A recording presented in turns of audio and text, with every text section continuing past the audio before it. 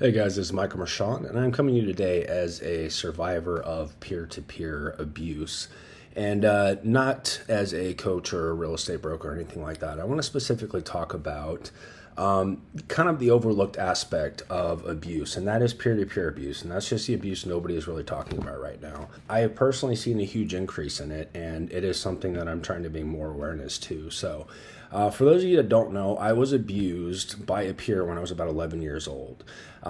And this is not something I dealt with as a kid. This is something I lived with for well over 20 years.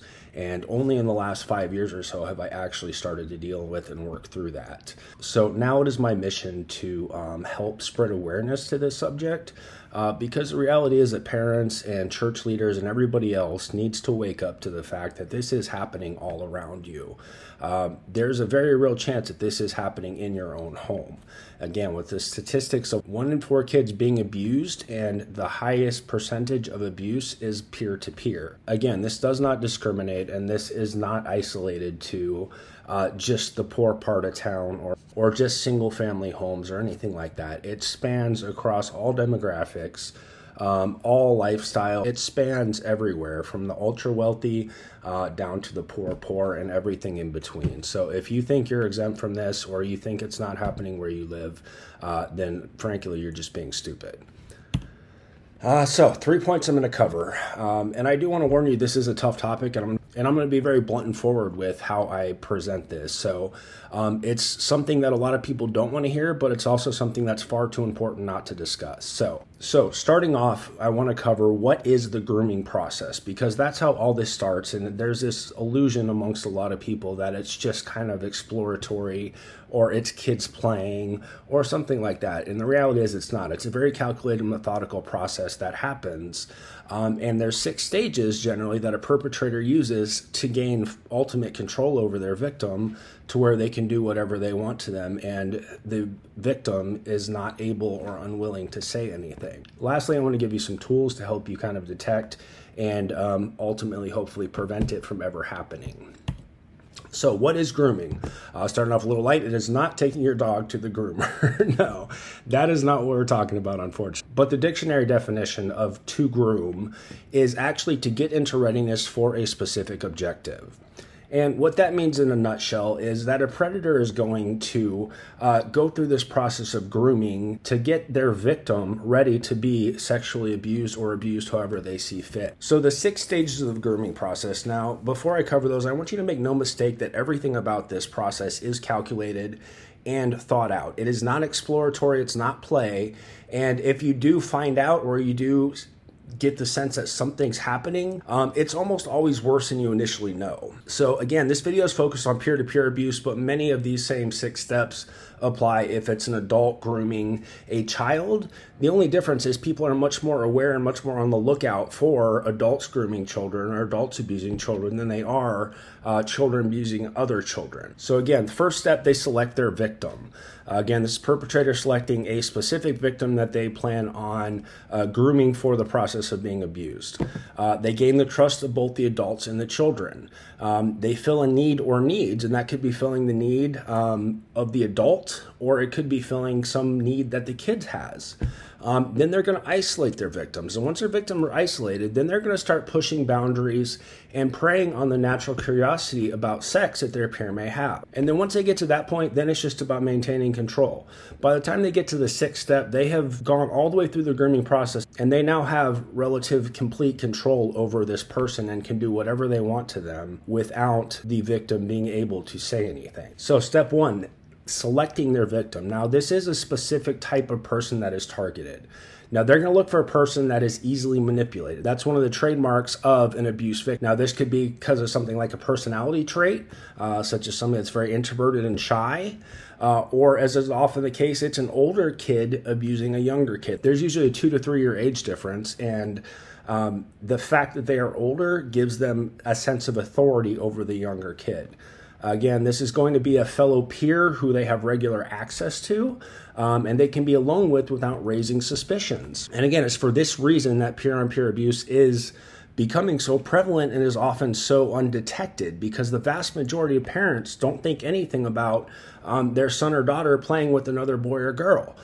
They're just doing kid stuff. They're having fun. They're playing with their friend. But there's often more to this story than that, as we're going to see. So again, they gain the trust of both the adult and the child. And in most cases, a perpetrator is somebody that naturally has a trust of the parents. If it's a kid that's not an obviously bad influence on your child, then you're probably going to let them hang around and hang out with that kid, and you're not going to think twice about it. But it could also be something like a babysitter, maybe a friend from neighborhood, school, or sports. Or it could even be a family member like a cousin. I've heard of a lot of cases where that is. And again, like I said, what makes it so dangerous is that they have kind of the natural trust of the adult.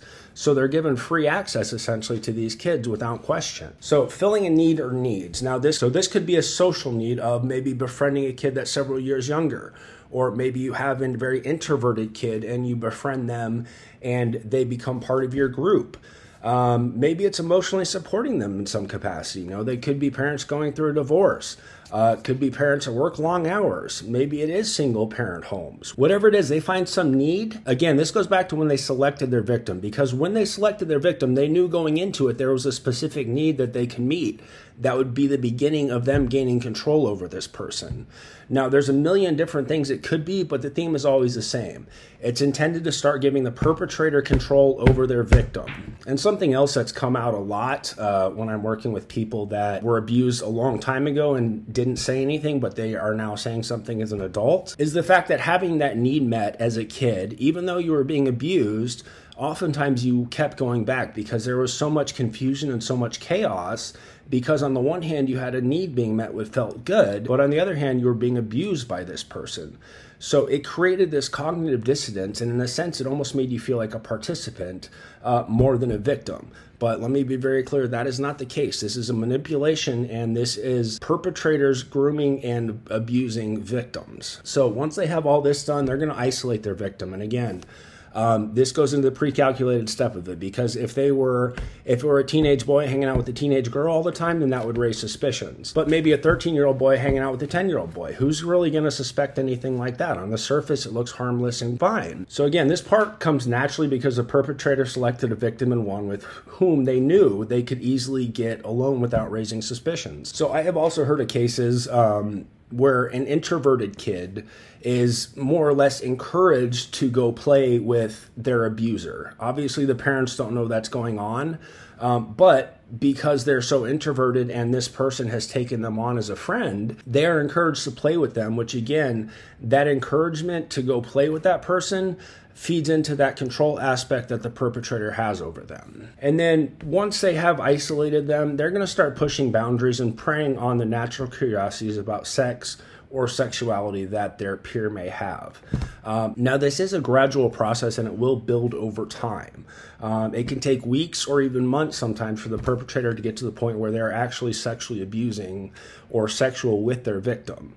And hands down, the most significant gateway to this stuff that we're seeing right now is porn, and just the huge accessibility to it, because it's readily available on pretty much any device that kids have access to. So this is going to look different for every victim, but it's almost always a gradual process. It may start with something sexual, like looking at porn for the first time. When the kid looks at porn for the first time, there's this internal response that feels good. So 99% of the time, the kid's not going to say anything. So it can also start with something that's completely non-sexual, like something as simple as listening to an explicit song that has cuss words in it. If you're a very conservative household, if you grew up in a very conservative home like I did, then that was a big deal, listening to a song with cuss words in it. Maybe it's something like taking a couple bucks out of your mom's wallet. You're stealing for the first time.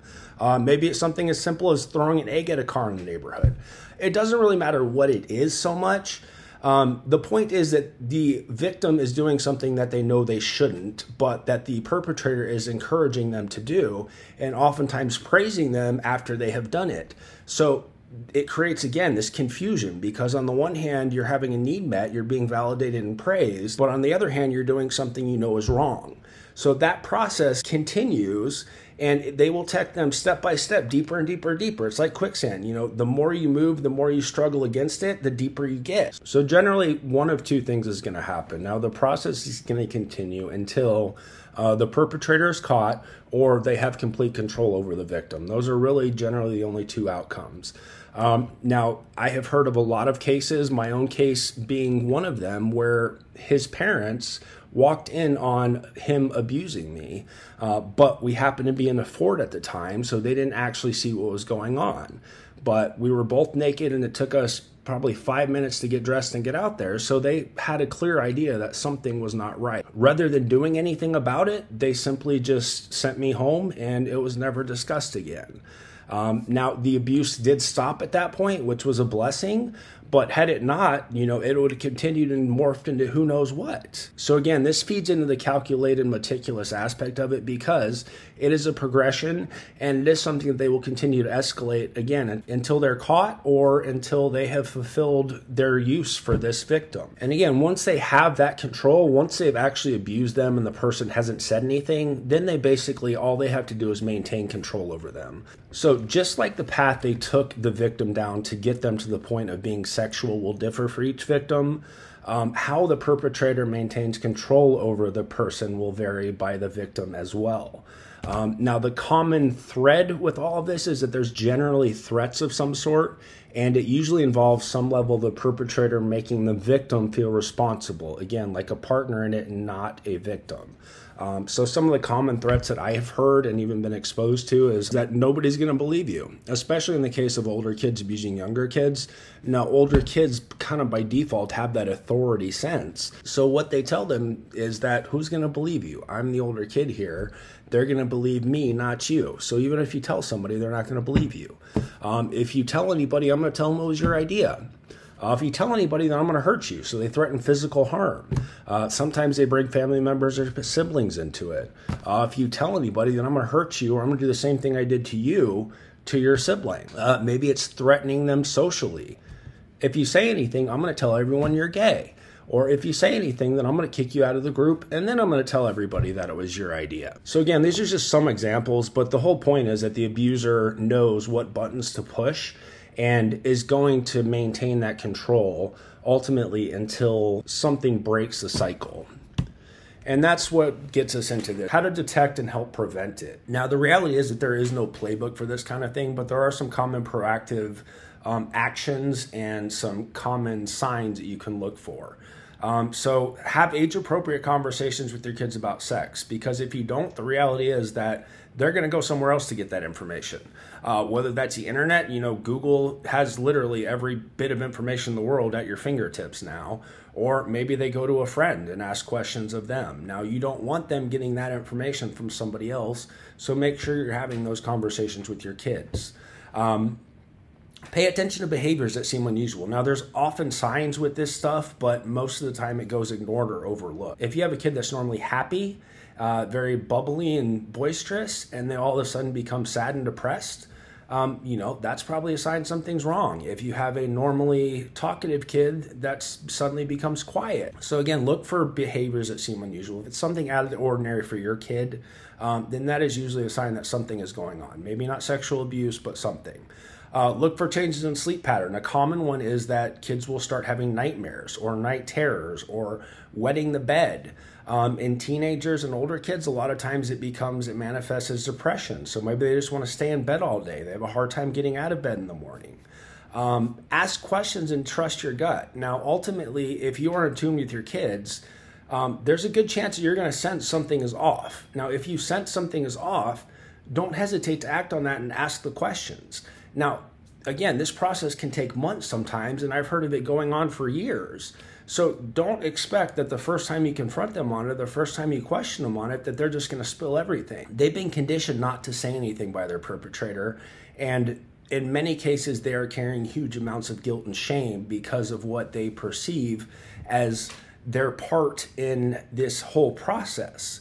Again, so ask the questions and trust your gut, but don't be afraid to be persistent and follow up on that. Don't just take one question, they say nothing happened, and then go about your way. So that's all I got for you guys. Again, my heart is just to kind of spread awareness to this. If you made it to the end of the video, I appreciate you watching. I hope it was helpful. All my contact information is on the next slide here. If there's anything I can personally do to help you, any more information I can provide, I am happy to have a conversation. And just shoot me a text message. You can email me, but I have a harder time responding to emails just because of the volume of them. So shoot me a text message. My cell phone is on that number there. I'm going to put these slides as a PDF in the description. So if you're interested in downloading this just for future reference, please do so. Anyway, guys, if I can be of service in any way, don't hesitate to reach out, because I really do want to help bring awareness to and ultimately stop as many of these situations as I can. Thanks so much. Don't forget to like and subscribe. I'll see you next time.